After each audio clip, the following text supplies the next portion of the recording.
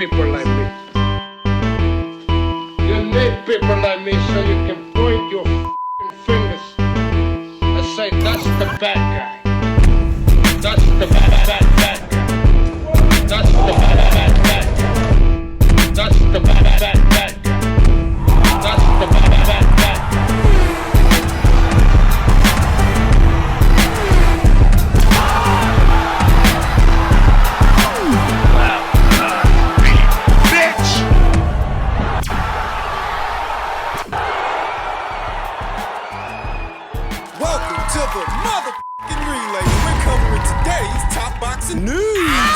Okay, we'll start with this. I'm sure most of you have heard by now, news has broken that Charlo, he won't be returning to action this year. He won't be returning to action until January of next year.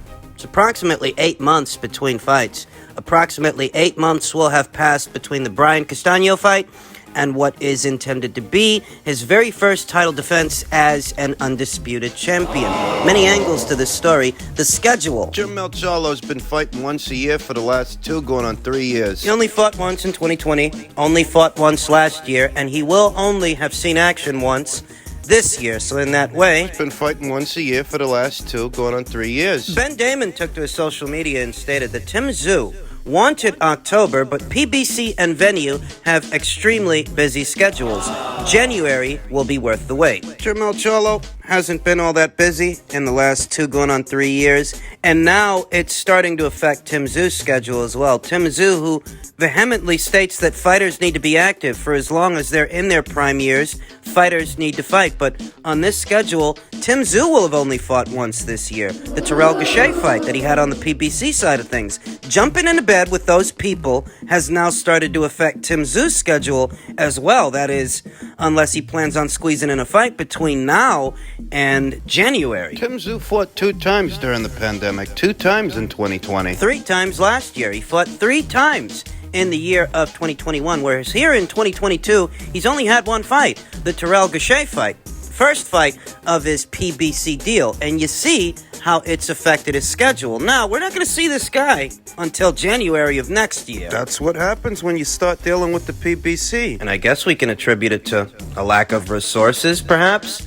A lack of fight dates, that the PBC struggles to keep fighters active due to a scarcity of fight dates. They just can't accommodate that many guys in 1 calendar year to where they can have at least 2 fights. You remember Gary Russell, WBC featherweight champion. He was fighting once a year for something like 5 or 6 years. And that kind of schedule, it just doesn't lend itself towards developing a fighter's profile. Even an experienced fighter, an experienced champion like a Gary Russell, they suffer. Sparse schedule of activity like that, you're going to fade into the background. People are going to forget about you. I've said it many times before, and I'll say it here and now again. When the cash cow of boxing, Canelo Alvarez, one of the top-earning boxers, if not the top-earning boxer in the entire sport, certainly the top-earning boxer in this part of the world, when a fighter like that can unify an entire division in 11, 12 months and still get back out there in under a year's time after doing so, there's no excuse for a Charlo. There's no excuse for any fighter, really, to be on a schedule like this, because you don't get to the point to where you're making Canelo Alvarez money. Not on a schedule like this, you don't. Charlo, the junior middleweight division's undisputed champion, will have fought only once this entire year, once a year for the last 2 going on 3 years, whereas Canelo Alvarez... He already fought once this year against Dmitry Bivol, and he's set to fight again against Gennady Golovkin. Bam Rodriguez, newly crowned WBC Super Flyweight champion, has already had 2 significant fights this year, against Carlos Quadras, more recently against Sorung Visai, and he's set to make a 3rd ring appearance this year, whereas Jermell... Like I said, you're not going to get but so popular on a schedule like that. You're just not. Which is unfortunate, because Jermell's rematch with Brian Castano and the viewing figures for that fight, they were actually very good. Close to 1 million. Showtime's boxing programming doesn't normally bring in that amount of eyes, that amount of viewership. It doesn't. But Charlo's rematch with Brian, it got a lot of attention. And instead of building on that momentum, they're going to let it stagnate for about 8 months. Instead of riding that wave, they're just going to let it plateau until next year. It's piss-poor promotion is what it is. It's a piss-poor strategy. But that's the situation. That's what's going on. Tim Tszyu himself very recently chimed in on the reigning junior middleweight division's undisputed champion, Charlo, who he says he's like a grumpy old man who's just grumpy and angry all the time. Yeah, I mean, it seems that way. But it's worked out for him so far. I've sort of accepted that this guy's just an angry man. He's like an old man who is just grumpy and angry all the time, Tszyu told Fox Sports. That's his personality. He's going off at ESPN for not putting him in the pound-for-pound rankings. Yeah. He's going off at reporters. Yeah. He's just an angry man. Yeah. Being emotional like that, it's not good to have in boxing. So if you can get under his skin, he's going to be rattled. Tszyu is ready and willing to travel if necessary to face Charlo.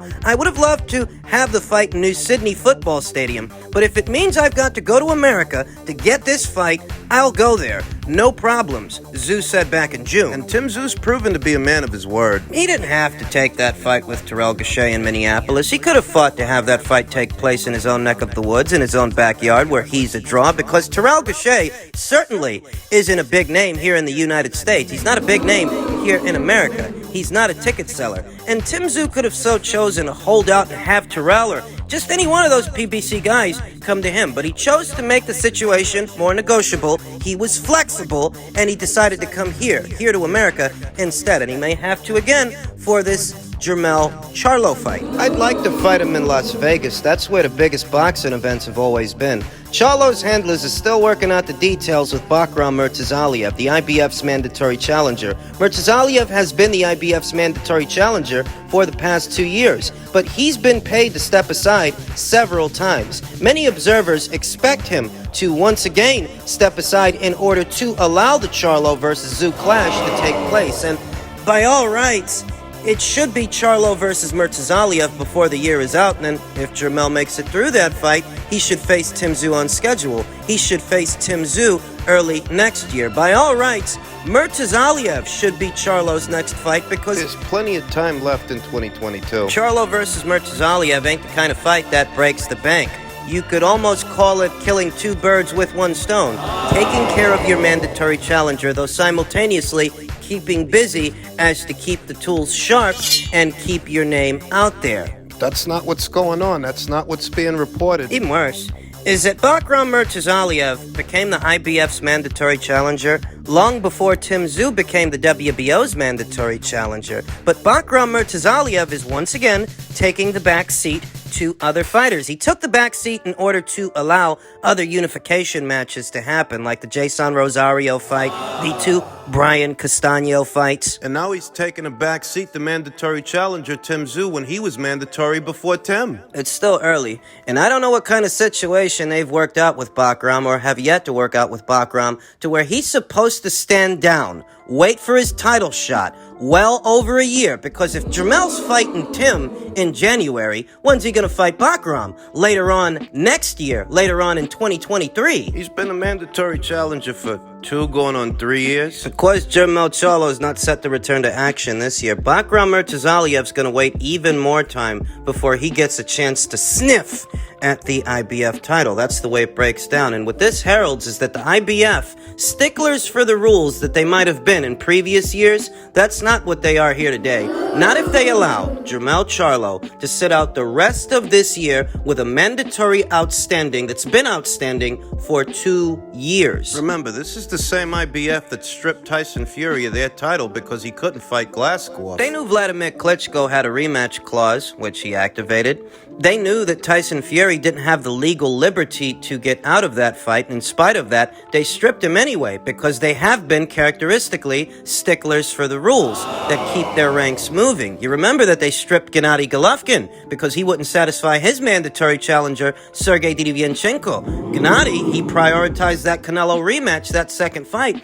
Instead, in the past, the IBF has been a pretty straight shooter. What, not long ago that they stripped Canelo Alvarez before he left the middleweight division? Don't you remember? The Sergey Derevyanchenko people were haggling for more money, and the Derevyanchenko people and the Canelo people, they didn't reach a deal on time. One thing leads to another, and Canelo Alvarez ended up getting stripped. Leaves the middleweight division. In the past, the IBF have been sticklers for the rules. That doesn't appear to be the case anymore. Not if they leave Bakhram Murtazaliev's mandatory title shot in limbo like this, with so much time still left in the year. Did they pay him to step aside again? Well, they must have if Jermell Charlo doesn't end up getting stripped between now and January. Once again, Murtazaliev gets the short end of the stick. As far as the fight itself, just as a boxing fan, makes for a great fight, interesting fight. Somebody's going to get hurt, somebody's going to get knocked out. When you put a come-forward, aggressive pressure fighter in there with a boxer-puncher like Jermell Charlo, a strong one, an experienced one,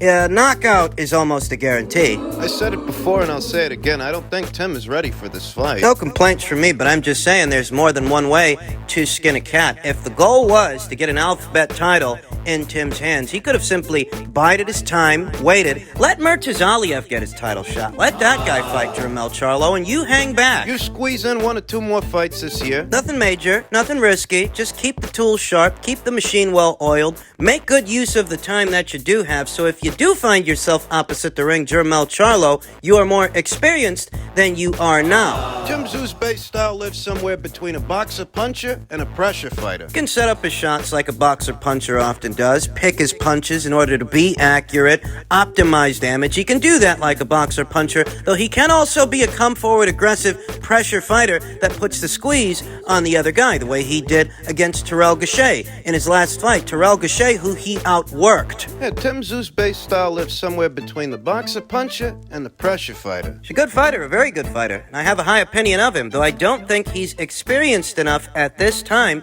to take on somebody like Jermell Charlo. You're, according to Hoyle, boxer-puncher, who was just in there with a more experienced pressure guy than Tim is. He was just in there with Brian Castano, and if he was able to figure Brian out in the second fight, weather the storm in the first fight so he can figure him out in the second one. I told you he was going to knock Brian out. I don't get the sense that Tim Tszyu is a better boxer-puncher than Jermell Charlo is, because Jermell is a lot more experienced. There's not a lot at 154 pounds that Jermell Charlo hasn't seen, and I don't get the sense that Tim is better with that base style than Jermell. And if he tries to be a bit more aggressive, he tries to be a pressure guy, the same way that Brian Castano was a pressure guy, that just makes Jermell's job easier. And I think Tim is a good fighter, don't get me wrong. But I also think the things that Tim is good at, you know, his strong areas, those are areas that play into Jermell Charlo's hands. They play to Jermell Charlo's strengths. The way to beat a boxer-puncher like a Jermell Charlo isn't to take the fight to him. The way to beat a Jermell Charlo is to box him, stick him, move and punch and be responsible. back foot him and lateral move him, turn him, make him work for his meal. This is why the pure boxer has a stylistic advantage over the boxer-puncher. You're, according to Hoyle, pure boxer. Doesn't throw anywhere near as many punches as a pressure guy or a boxer-puncher for that matter. They don't throw that many shots. It's only 1 or 2 at a time. Very efficient, albeit very accurate. They don't offer that boxer-puncher much. They don't make themselves immediately available to be on the receiving end of that boxer-puncher's power. They're power shots, whereas a pressure guy or a more aggressive boxer-puncher, they're going to come forward. They're going to be there for the punches. A pure boxer. It's the opposite with a pure boxer. They're not going to make themselves available. They're not going to make themselves an easy target. Think Tony Harrison versus Jermell Charlo, their first fight. To beat a boxer-puncher like a Jermell Charlo, you need a pure boxer. You need a pure boxer or a boxer-puncher that's a better boxer-puncher than Jermell Charlo. A more experienced, more elite boxer-puncher than Jermell Charlo. One who's not just on the level, but a level above him. And I don't think that's Tim Tszyu.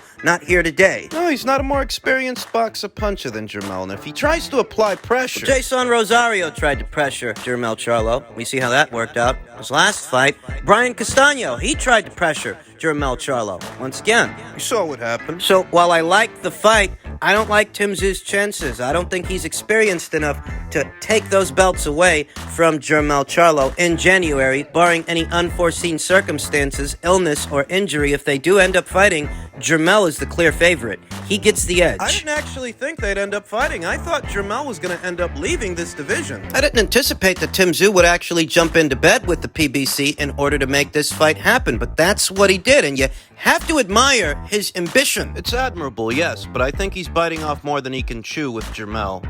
And just in keeping with the theme of title shots left in limbo, Lee Wood took to social media yesterday and stated, I want Santa Cruz, I want Warrington, I want Navarrete, I want Vargas, I want Lara, I want to be tested. I'm not hard to match. And we talked about this just the other day, how the WBA ordered a fight between Lee Wood, the WBA's regular champion, and their full champion at the weight, Leo Santa Cruz, who hasn't boxed as a featherweight in about 3 years. And the fight between them was ordered this year back in April, but here today, No dice. there's no deal between those two teams for Lee Wood to take on Leo Santa Cruz, and Leo Santa Cruz, having not boxed at this weight in 3 years, he still reigns as the WBA's full champion, full featherweight champion. How is it that the WBA found time to order Zurdo Ramirez versus Dimitri Bivol? Why were they so Johnny on the spot when it came to that fight, but they're not Johnny on the spot when it comes to this fight? Could it be because this fight involves a PBC fighter, a PBC champion? I told you from the beginning, that fight between Lee Wood and Leo Santa Cruz ain't gonna happen. In all likelihood, Lee Wood might fight Josh Warrington. Or Mauricio Lara, two guys who are on his side of things, two guys on the matchroom side of the street. If Lee Wood aspires to fight for a full title at 126 pounds, they may have to set up something between him and Josh Warrington, provided Josh has the wiggle room to have a voluntary title defense. I'm telling you right now, I'm not holding my breath to see him fight Leo Santa Cruz. It ain't gonna happen. Whenever a PBC fighter is involved, the WBA makes special exception. They get special exemptions that other fighters don't get. Lee Wood beat Michael Conlon in March of this year. That's what, 3 or 4 months ago? 4 months later, still no word on what the WBA is doing in order to get that fight over the line. And why has Leo Santa Cruz been allowed to hang on to that alphabet title for this amount of time anyway? By all rights, he doesn't even campaign as a featherweight. His last fight wasn't at featherweight. The fight with Carbajal, the guys that Lee Wood mentioned, Josh Warrington, Mauricio Lara, Emmanuel Navarrete. I don't think he's going to get the chance to face Emmanuel Navarrete. Emmanuel's over there on the top rank side of things. He's supposed to be fighting Baez in the very near future. But two fights that he can have, two guys that he can fight, are Josh Warrington or Mauricio Lara, though. Only one of those fights would be a title fight. You take on Mauricio Lara, that's a high-risk, low-reward fight. He mentioned Ray Vargas too, but he's not gonna get Vargas in the ring. Newly crowned WBC featherweight champion Ray Vargas, who became champion this past weekend at this weight when he beat unbeaten Mark Magsayo. Lee Wood's not going to have any luck in that department either. If you can't get Leo Santa Cruz in the ring, you're definitely not going to get Ray Vargas in the ring. This division is going to stay divided. And this is what I've been telling you all along. I don't know why these guys are giving their hard-earned dollars to the WBA, a portion of their purse, in order for the WBA to sanction their fights when stuff like this happens, stuff like this goes on. Waste of goddamn time is what it is. They're just gonna do whatever they want in the end. I expect that the Leo Santa Cruz people are going to petition for an exemption to the mandatory in order to unify titles with their PBC stablemate and fellow reigning champion, Ray Vargas. And that does come at the expense of Lee Wood's title shot. I'm all for unification matches whenever they can happen, though. Let's not pretend that we don't know what's going on here. The WBA has effectively screwed Lee Wood.